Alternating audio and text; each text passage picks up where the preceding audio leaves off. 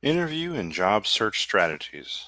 In this episode, I'd like to talk about the skills you learn while you work in the fast food industry. And of course, I have firsthand experience in this, so I think I can talk about it. A couple different things here. So, first of all, the face to face conversation. When you're able to read people's mannerisms, and you can look at, you can have instant feedback essentially when you have a face to face conversation with somebody. The other thing is time management. So, for instance, a lot of the fast food places, food service industry, rather, right?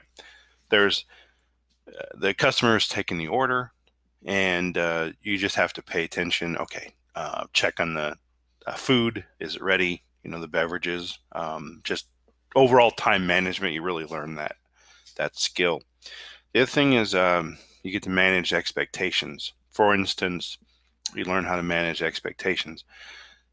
You go out and you learn that, okay, this is my job, this is my role, and the customer, this is the quality of service that I need to get for that tip, for that feedback, and you're managing expectations. Also, for your management, if you're a cook, if you're a waiter, whatever role you have, your management's going to, if hopefully they do this, they're going to give you expectations. Say, this is how you win in your role. Basically, this is what success looks like in your role.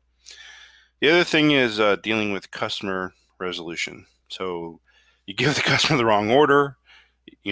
Hopefully you're going to check on that and say, oh, what? Hey, customer didn't order that. Maybe they didn't ask for mayo. It has mayo on it, and so you're the front line. Obviously, it's not your fault, but if you're like the waiter or waitress, but you still have to deal with that customer. The other thing is teamwork. You learn how to get and work as a team. That's pretty critical there, and you learn how to rely on your team to do stuff.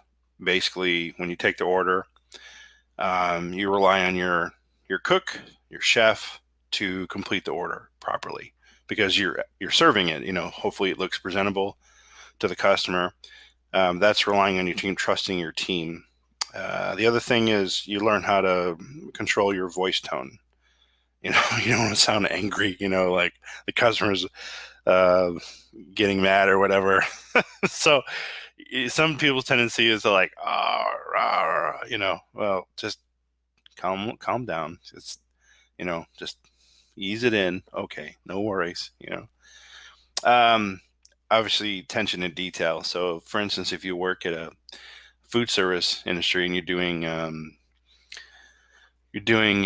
what is a drive-through, and if every time I've seen this before actually, going to drive-through myself. Sometimes they don't put napkins in there for whatever reason, and just little things like that. So, for instance, there's a standard whenever you go through the drive-through. There's a standard.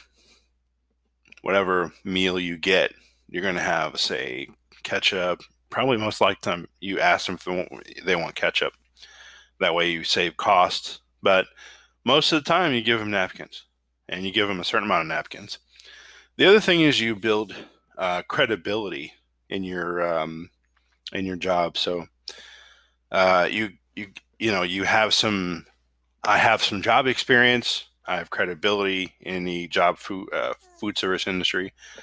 So yeah. Well, thanks a lot for listening to this podcast, and have a great day.